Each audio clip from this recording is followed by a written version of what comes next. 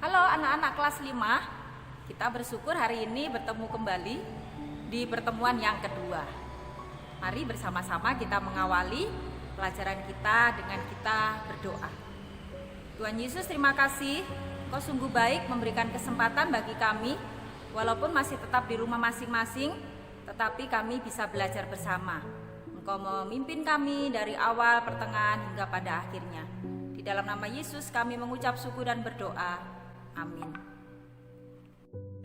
Hari ini kita mau belajar bersama-sama, melanjutkan pelajaran kita yang pertama. Hari ini kita belajar tentang dampak daripada dosa.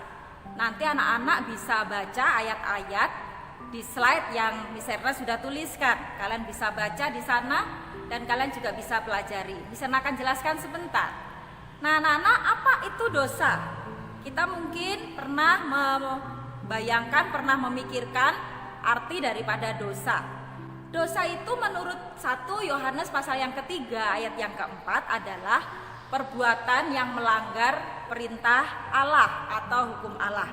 Setiap perbuatan dosa itu pasti ada dampaknya atau ada akibatnya bagi diri sendiri ataupun juga bagi orang lain. Nah, kita coba melihat apa dampak daripada dosa itu. Bagi orang lain, dosa yang mungkin kita lakukan itu bisa berdampak membuat sakit hati orang lain.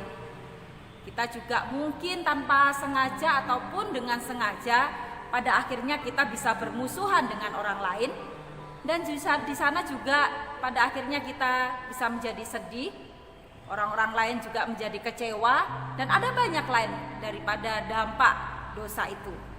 Apa dampak bagi diri sendiri? Dampak dari diri sendiri adalah kita akan dikejar-kejar yang namanya rasa bersalah. Hati kita tidak tenang, kita mungkin menjadi takut, bahkan cemas, dan juga tidak nyaman. Dampak yang lebih jauh adalah ada penghukuman kekal. Orang yang berbuat dosa itu pasti akan mendapatkan hukuman. Seperti di Matius pasal yang 5 ayat yang ke-21 sampai 22. Tujuan hukuman daripada Tuhan adalah supaya manusia itu jera dari perbuatan dosanya, tidak mengulangi lagi hal-hal yang tidak baik. Lalu kita ingat kisah Adam dan Hawa ketika mereka di luar Taman Eden. Adam dan Hawa melahirkan anak-anak. Yang pertama dilahirkanlah Kain, kemudian Habil. Nah, mereka punya dua profesi yang berbeda. Kain itu menjadi petani, sedangkan Habil itu menjadi seorang penggembala domba. Adam dan Hawa mendidik anak-anaknya agar berbakti kepada Tuhan. Mereka mempersembahkan korban bakaran sebagai ucapan syukur. Nah, ternyata dua anak ini punya karakter yang berbeda. Kain, anak yang pertama ini rupanya dia melakukan dosa. Pada waktu Kain mempersembahkan hasil panennya, dia mempersembahkannya dengan sikap biasa-biasa saja. Sedangkan Habil mempersembahkan hasil daripada domba yang digembalakannya itu dengan penuh ucapan syukur. Melihat hal itu, Kain menjadi iri hati, dan pada akhirnya, persembahan daripada Kain tidak diindahkan oleh Tuhan. Tuhan tidak berkenan.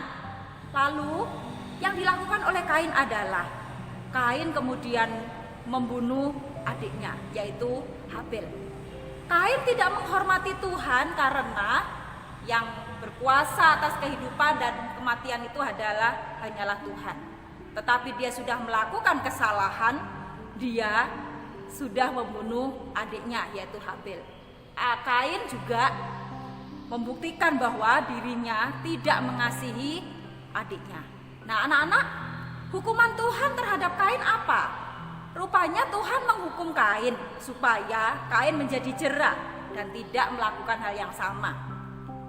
Yang dilakukan oleh Tuhan terhadap Kain adalah tanah tidak akan memberikan hasil apapun untuk Kain. Dan Kain akan menjadi seorang pelarian dan seorang pengembara. Tetapi Tuhan masih tetap mengasihi Kain dengan cara Tuhan membuat tanda agar Kain tidak dibunuh ketika dia melakukan pengembaraannya. Nah, dari sini kita melihat ada 4 sifat Allah. Yang pertama, Allah itu maha tahu, kemudian maha benar, maha suci, dan Allah juga Allah sumber rahmat. Nah, nanti penjelasannya kalian bisa baca di slide-slide itu. Keempat sifat Allah ini menunjukkan bagaimana Allah kita itu adalah Allah yang luar biasa. Dia melakukan yang terbaik bagi ciptaannya. Dan dalam urusan dosa, Tuhan tidak kompromi. Dia tetap memberikan hukuman supaya manusia yang melakukannya itu menjadi jerah. Apa yang kita bisa belajar hari ini tentang dampak daripada dosa seperti yang dilakukan oleh Kain. Yang pertama, jangan melakukan dosa. Tidak ada yang bisa membersihkan dosa kita sendiri. Kita tidak bisa menghapus dosa kita sendiri. Nah, yang bisa menghapus dosa itu hanyalah Tuhan Yesus. 1 Yohanes pasal yang pertama, ayat yang ke-7 sampai ayat yang ke-9. Lalu, ketika melakukan dosa, yang harus kita lakukan adalah harus segera bertobat dari dosa. Dan kemudian hidup sebagai anak-anak terang. Anak-anak, dari sini kita belajar hidup di dunia yang hari ini kita masih jalani, kita tidak akan pernah lepas dari yang namanya dosa. Untuk itu mari kita belajar dari bagian ini bahwa dosa pasti ada dampaknya. Dan itu dimaksudkan supaya kita tidak mengulangi lagi hukuman Tuhan. Dampak daripada dosa itu kita harus waspadai. Untuk itu mari belajar untuk menjadi anak-anak yang taat kepada Tuhan. Jika sudah melakukan dosa seperti Miss Erna katakan, segera bertobat dan jadilah anak-anak terang. Nah, selalu berdoa, memohon Roh Kudus memimpin kita, sehingga ketika kita melakukan yang tidak baik, kita dituntun dan diarahkan untuk kembali kepada Tuhan. Dan jangan lupa rajin beribadah. Masa-masa pandemi ini mungkin kita sulit untuk melakukan ibadah bersama di gereja, tetapi ada kesempatan di mana kita bisa beribadah bersama dengan papa mama yang ada di rumah. Manfaatkan waktu itu dengan baik supaya ketika waktu beribadah itu kita bisa bersama-sama menikmati Tuhan melalui kebersamaan dengan keluarga kita. Jadi tidak ada alasan bagi kita untuk tidak beribadah. Nah, ini yang kita bisa belajar hari ini. Tugas kalian adalah tuliskan di buku 5 perbuatan yang tidak baik yang pernah kamu lakukan dan akibat yang kamu terima. Sudah paham ya? Nanti kalau kurang mengerti bisa dilihat di slide-nya. Lalu hafalkan 1 Yohanes pasal yang pertama, ayat yang ke-8 sampai ayat yang ke-9. Kalau yang tugas yang pertama, kalian tulis kemudian kalian foto lalu dikirim ke Miss Erna.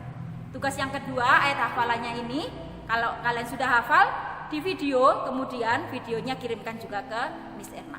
Miss Erna tunggu secepatnya. Selamat beraktivitas, Tuhan memberkati kita semuanya. Dimanapun kita berada, Miss Erna berharap anak-anak tetap semangat dan jangan lupa terus berdoa kepada Tuhan. Terima kasih, mari kita berdoa.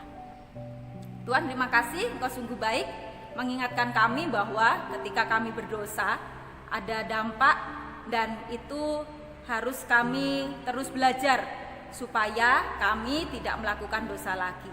Kami ingin diperbaharui oleh Tuhan, tuntunlah kami untuk kami terus hidup sesuai dengan firman Tuhan. Terima kasih Tuhan Yesus, kami ingin menjadi pelaku firman Tuhan. Memberkati setiap anak-anak dimanapun mereka berada. Di dalam nama Yesus kami mengucap syukur dan berdoa. Amin.